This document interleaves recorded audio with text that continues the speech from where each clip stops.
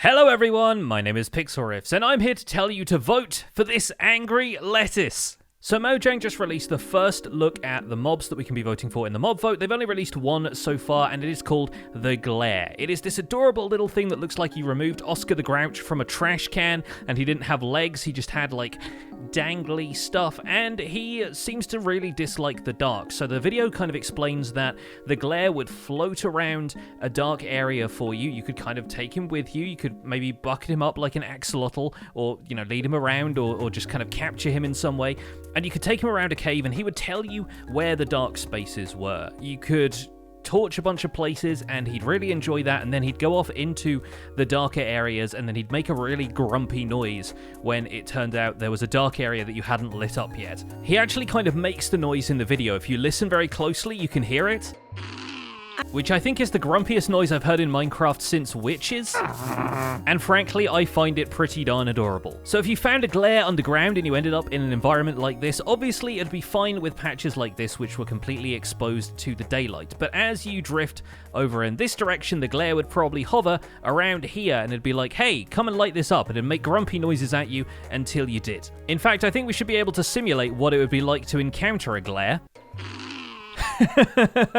No, seriously, we can definitely do better than this. We can definitely do better than this. Yep, there you go. And the little guy would just be floating over here, letting you know that he's grumpy and that he wants you to place a torch. And then he'd scoot off to the other side of the cave, and he'd want you to place a torch underneath him there as well. And slowly, you and your new buddy would light up the entirety of this cave until no spawnable spaces were left. And this is actually a pretty cool idea, considering that Mojang has recently implemented changes in the 1.18 snapshots, which are going to be carried through to 1.18, whereby anything within the radius of a torch will not spawn. Like, hostile mobs will not spawn if there is any light whatsoever. We're all used to light level 7 being the threshold at which hostile mobs start to spawn. In 1.18, it's only going to be possible for mobs to spawn in total darkness. And the reason they've done this is because caves are bigger. I mean, look at the size of this cave space and imagine how long this would take to light up with torches that only gave off a light level of 7, or only blocked mob spawns 7 blocks out from the side. That's actually a lot of torches. And light in Minecraft is calculated based on taxicab distance, by which I mean that it has to travel horizontally or vertically 1 block, but it can't really move diagonally the same way. So this torch is giving off a light level of 14. If I step diagonally, this block is giving off, or is receiving, a light level of 12. So I come 1 block back and 1 block down, and I end up with a light level of 7, which means in 1.17 at least mobs can spawn there. Now, of course, that's going to be changed so that you have to be a little bit further away. I'd have to be here for mobs to start spawning in Minecraft 1.18, but still, that's not a huge radius for a torch. And that means the grid we can place torches on is a little bit larger, so I'd probably only have to place another one there, and then maybe another one here, and it's not going to be as much trouble to torch up. But I still had to look at that and place the torch grid most efficiently based on this screen, the F3 debug screen, where you've got light levels shown on the left-hand side there, along with a bunch of other gubbins that you don't really need to look at most of the time. What Mojang has done with the Glare, which I think is actually pretty clever, is giving you a way to not have to have all of this text on the screen when you're lighting up an area and making sure it's completely spawn-proof. Because if there is, for example, an area in between all of these torches where, for whatever reason, you haven't lit it up properly, say there's like a couple of patches like this where the light level kind of dips down into the single digits, and then right here you end up with a light level of 0, but you don't notice this while you're torching up your cave, your little Glare buddy just turns up on this spot and says, hey, there needs to be a torch here, and you place a torch and he's happy again. And this is doubly good for Bedrock players who don't have access to a debug screen like this at all, so don't have an idea of how dark anything is without just kind of looking at it and making their own judgment, which probably means Bedrock players aren't using torches and lighting as efficiently as they could be. And a mob like the Glare would make that happen whilst also simultaneously being an adorable angry lettuce. Seriously, this thing looks like a floating bush. Keralis approves of it, and when Keralis approves of it and calls it a bush, that thing is a bush. Also, shout out to the person on Twitter who said it looked like the Gunch. I am definitely finding a name tag and naming mine the Gunch if they add these to the game. But I think one of the coolest things about the Gunch is that it's actually kind of a utility mob in the same way that snow golems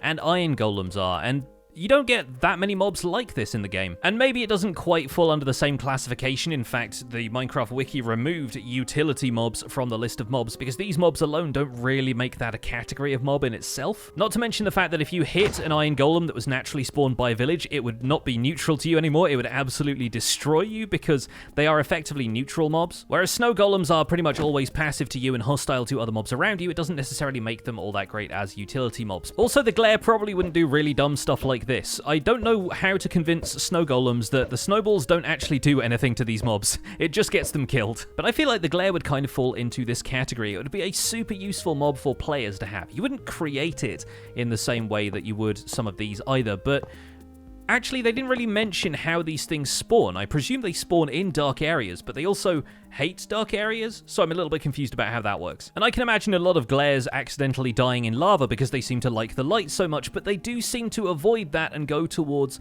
dark areas, which there are going to be a lot of in these new caves, and I feel like it would be kind of nice to have a little buddy to fly around with you and make sure you lit up a place accurately. So that's what we know about the glare. What don't we know about the glare?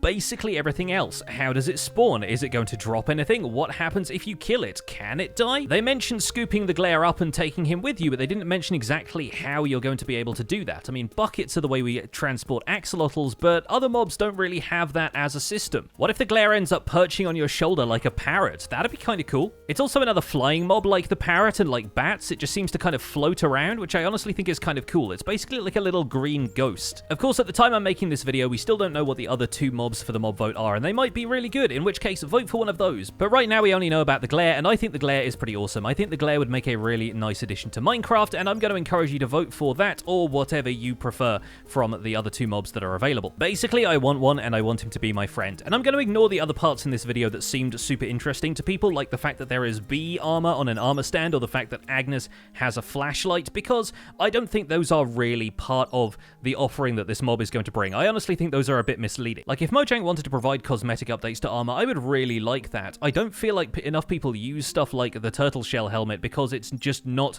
as tough as a netherite helmet is, and I feel like having little cosmetic ways to tweak armor and stuff could be really cool. So if anything of the two other things in the video, that seems kind of likely. The dynamic lighting thing, though, probably not so much. I feel like the flashlight seems unlikely. Some people already play with dynamic lighting as a feature of Optifine, where if you carry a torch around with you, it lights up the area around you without having to place a block in the world. And while I don't think Mojang is incapable of doing something like that, I think it kind of ends up going against some stuff that they've said in the past about whether or not they would implement dynamic lighting. And dynamic lighting is kind of a slippery slope, because once you have dynamic lighting via a flashlight, people want that for other things that produce light as well. It starts to become illogical that stuff like torches held in your hand don't emit dynamic light, but ultimately that means the flashlight is less useful. And people have complained that mobs like the glow squid should emit light to their surroundings, which makes a lot of sense when you think about it in real world terms, but in Minecraft terms that means it constantly has to update all of the lighting around these mobs,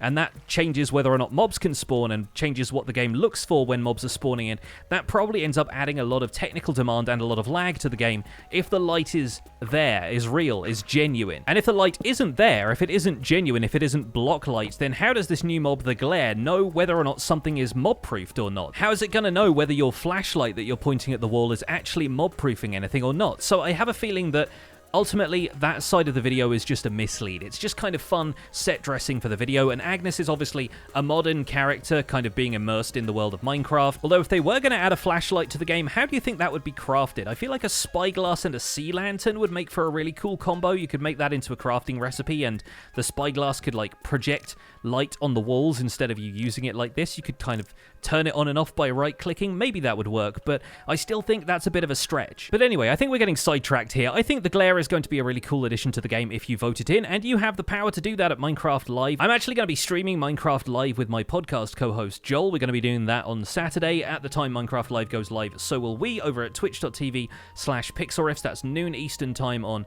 Saturday, October 16th. Hope to see you there, and maybe in the next couple of days we'll be able to look at some of the other mobs that are coming for the mob vote. In the meantime, that's going to be it from me. Thank you so much for watching this video. My name has been Pixlriffs. Don't forget to leave a like on this video if you enjoyed it. Subscribe if you want to see more, and I'll see you guys soon. Take care. Bye for now.